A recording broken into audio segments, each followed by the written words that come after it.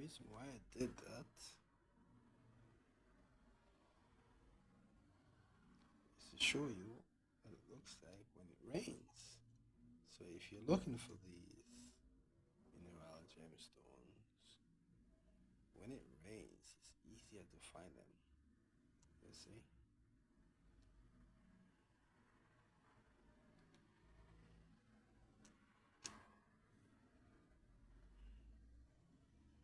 So it's easier to spot the types or the quality. They show a bit of shine. You can see properly.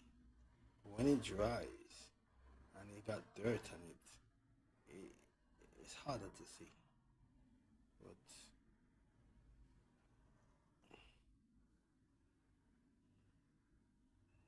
on the edge there is a bit of dry, tiny sand grain. Because what happened is this, they quite burn as well because they come up in clumps and then they break down and they scatter over the place. Normally you find them in the river the same way, and that's why they got these burn things faceted to some of them, basically.